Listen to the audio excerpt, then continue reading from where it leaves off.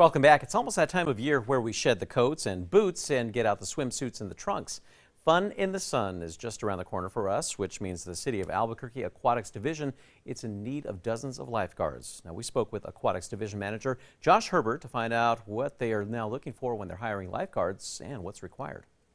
Joining us this morning, we have Josh Herbert with the City of Albuquerque Parks and Rec Department, and we are talking about pools today. Good morning. Good morning. We are. Thank you. Absolutely. Thank you so much for joining us. Okay, so in order for the city pools to open, you kind of need some really crucial positions. The most We do. crucial being lifeguards. Like, So tell me, Josh, tell me about the lifeguard training that you have going on for people to become certified. so we just finished a lot of classes this spring break, but we also have a bunch more in April. We want to try to get as many people in our classes as we can for April. We have 5 classes that go throughout all the indoor pools, and we're really looking to get those filled up. And we don't just want them filled up by anybody. You have to have very advanced or semi-advanced swimming skills. So you have to be able to swim 200 yards in 4 minutes or less. You have to be able to dive down in the deep end at 10 feet deep and retrieve a 10-pound object. And then you also have to tread water for 2 minutes. Some people watching this may be thinking, why are these prereqs so important when it comes to becoming a lifeguard? Mhm. You have to be able to swim to save your life, or sorry, not your life, but somebody else's life as well.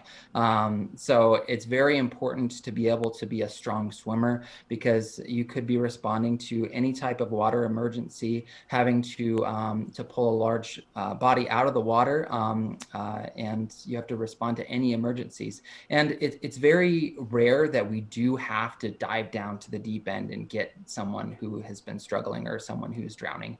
But we have all that training in place just in case someone were to respond to an incident like that. Absolutely. You have to be ready at all times, right? For those who are watching who may be thinking, I want to do something like this, what do the lifeguard classes entail? So the lifeguard classes, we do a blended learning option where you do a lot of the class online. You watch all the videos, you take tests online, and then you come in class in person, and everything's socially distanced. We use mannequins to practice on, so we don't practice on live victims. So it's very safe. We have COVID safe practices in place. So we have a maximum amount of people of 10 in a class, and the in-person portion is about 20 hours. So it's a lot of training. We go through head, neck, and back injuries, heart attacks, active drowning, passive drowning. We run the whole gambit of water emergencies throughout these classes. I really appreciate how much you guys put into this to make sure that we are all safe when we're at city pools enjoying ourselves, because I know there's a lot of people that are itching and they're dying to get on to that into the city pool. The Yeah. summer is coming up real quick.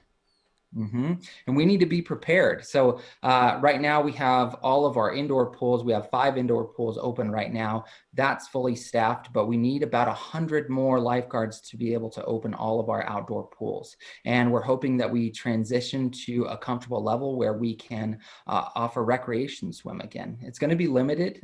It's going to be a different summer, but we need those lifeguards in place to be able to offer those programs. Absolutely. Let's say that someone who's watching is thinking, I may not be able to do, diving down to the deep end and pull up that weight, but I want to be involved with the city pools and potentially learn how to become a lifeguard.